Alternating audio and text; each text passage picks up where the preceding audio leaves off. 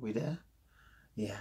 I just thought this would be an amazing topic to continue from the last video.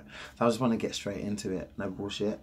Last video I did discovering that you have been your ultimate fuckboy, because we attract what we portray. So the energy we give out is what we attract, and it might not be in such obvious reasons, but we definitely get what we attract.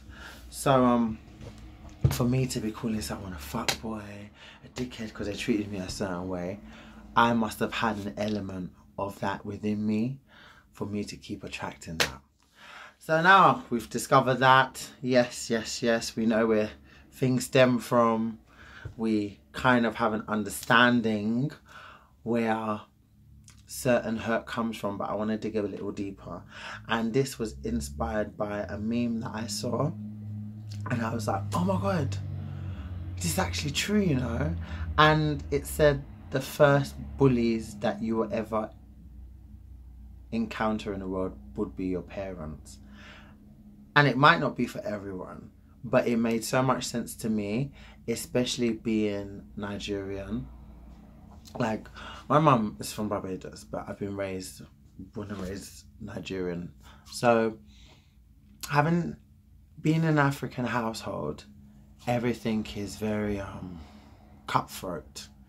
So it's my dad's way or the highway, and God forbid he didn't have his way, the whole house would suffer.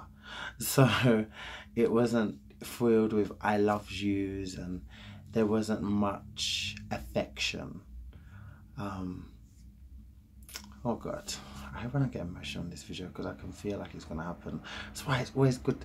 It's good to plan things, but then you still don't know where things are gonna go or what it's gonna dig up. So it's very, let me just put a caution here before I continue on. It's very, this process of self-discovery and discovering where things stem from and analyzing yourself isn't just, if you think that you've analyzed yourself and you have not dug deep enough for you to shred a tear, or you haven't felt anything moving, then you haven't dug deep enough. For you to really evolve from hurt and pain, and for you to really discover yourself in a way and why things happened and all of this stuff, for you just to really be on that journey of discovering yourself,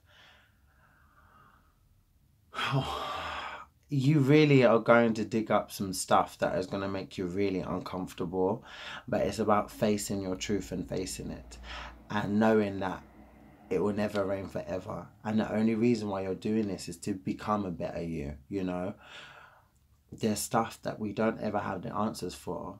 Well, we don't think we have the answers for, but everything stems from something, you know. And usually when you dig deep enough, you always find the answer.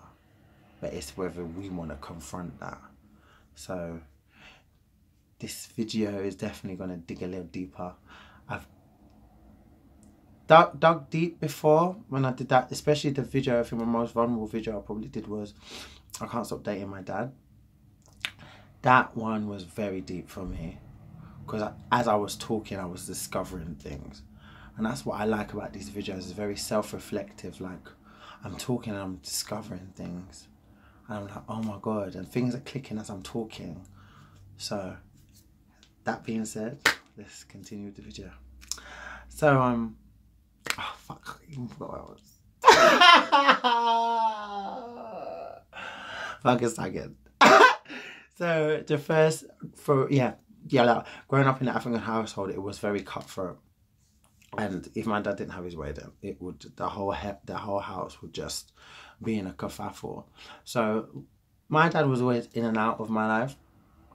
Like, he was always getting done for like drink driving and like silly offences, but it was definitely enough for me to remember a lot of Christmases without him.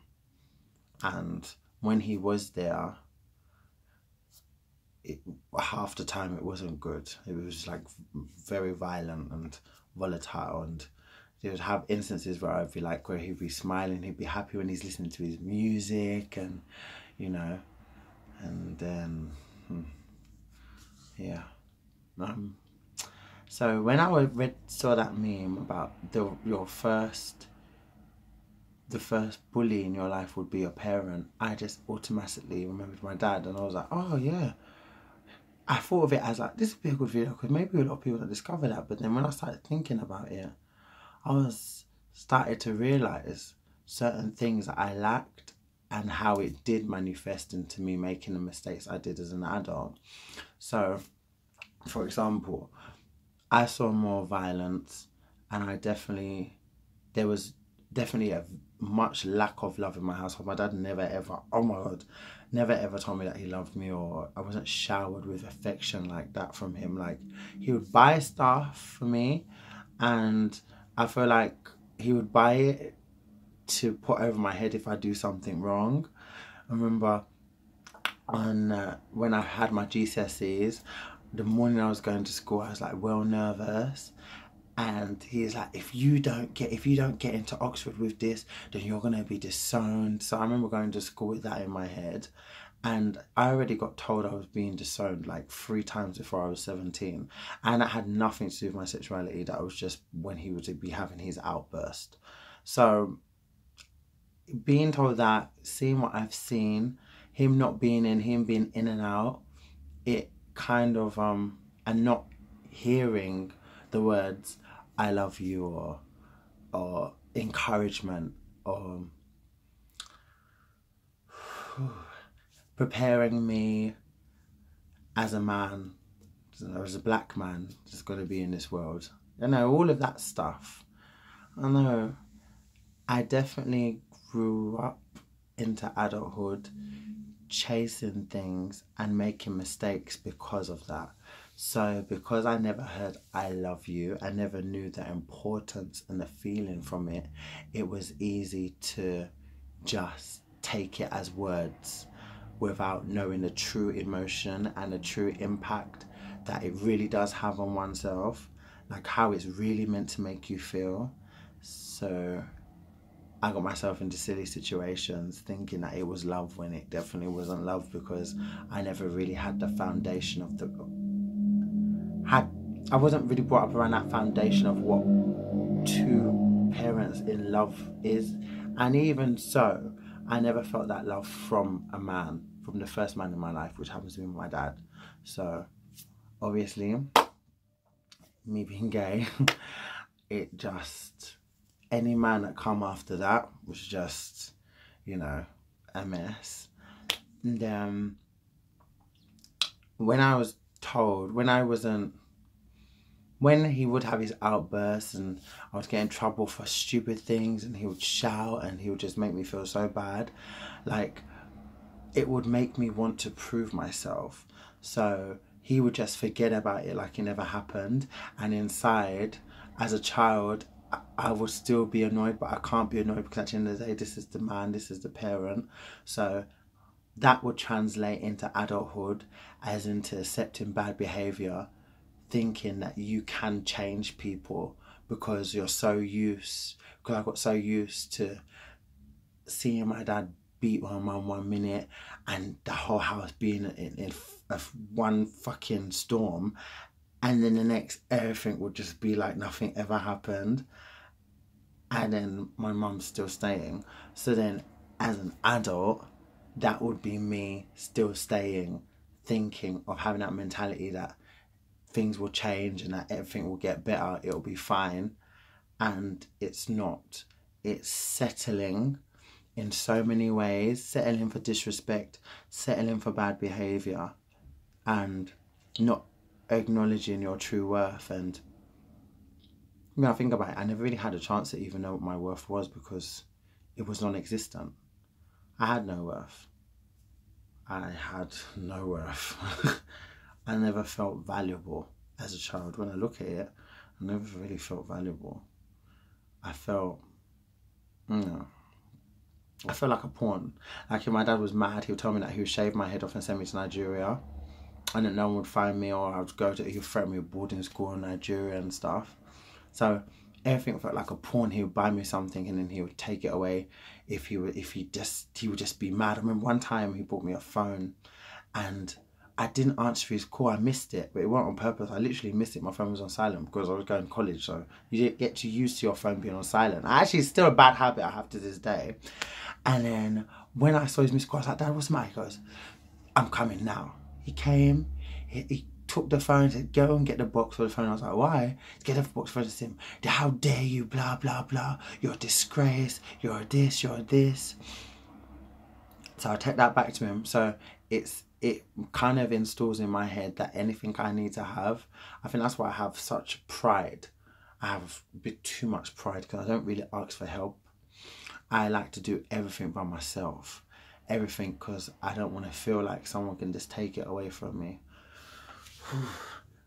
So then that goes into adulthood. When you're in relationships, I've overcompensated